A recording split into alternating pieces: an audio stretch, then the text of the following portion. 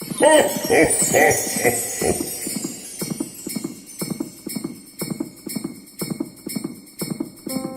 Nicholas, Kris Kringle, Christmas Father, Santa Claus, otherwise more known as Santa Claus, has a long history steeped in Christmas traditions.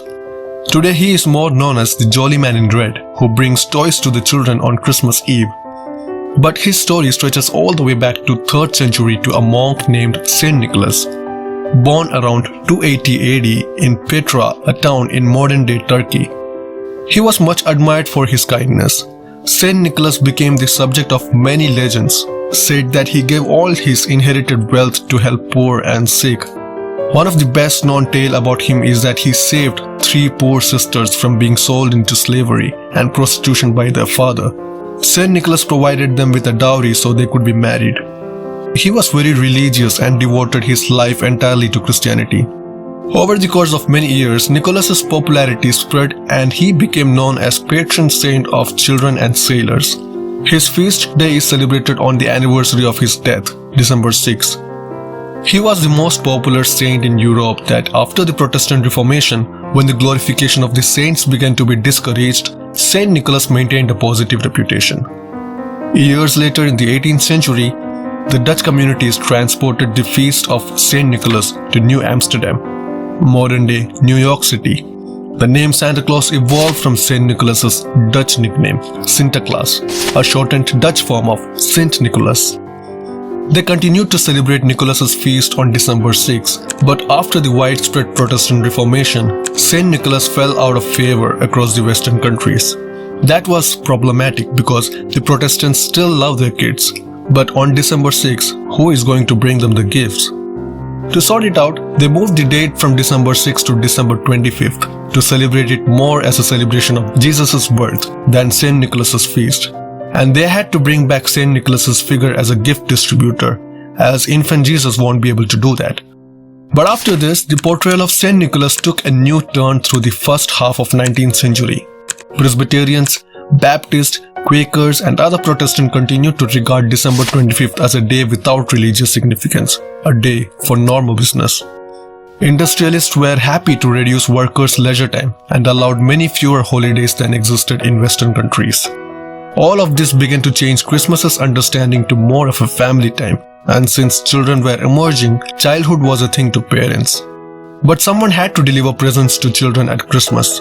In UK, particularly in England, Father Christmas was the gift giver. In France, he was known as Père Noël. In Austria and Germany, the present giver became the Christ kind. In the early USA, the gift giver was Kris Kringle, which was a borrowed name from Christ kind. Later, the influence of Dutch settlers in US changed his name to what we know today, Santa Claus. Season came gradually to be tamed. Turning towards shops and home, Santa Claus too took on new attributes to fit these changing times. He became popular again in the Victorian era when writers, poets and artists rediscovered the old stories of St. Nicholas. They added more fictionalized material into the portrayal of St. Nicholas to make it some sort of fantasy or magical tale. Took some elements from Norse myth and portrayed him as similar to the Norse mythical god Odin. And that's how North Pole and elves came into the story. Flying reindeers and sledge are not new to us. This was all fabricated in order to please the children at that time. For an instance, in 1823, the famous poem A Visit from St. Nicholas by Dr. Clement Clark Moray was published, which describes Santa and his reindeers. Each one of them got a name. This poem perfectly characterized Santa to be a jolly old elf with a round belly, white beard and a sack-laden toys. And a lot of poems and stories written after this one followed same sequence of characterization of Santa Claus. In 1890, the Salvation Army Church began the Red Kettle campaign, a fundraiser to pay for the free Christmas meals they provided to needy family, in which they dressed up like Santa, ringing bells on the streets corners of American cities, and still can be seen anywhere during Christmas. And perhaps the most iconic department store Santa is Kris Kringle in the 1947 classic Santa Claus movie, Miracle on 34th Street, a role for which Edmund Gwenn won an Oscar, a movie which was at that time a pop culture hit. But the Santa that we know today is heavily shaped by the Coca-Cola Company, illustrated by Head and Sunblom, debuted in 1931 in Coke ads.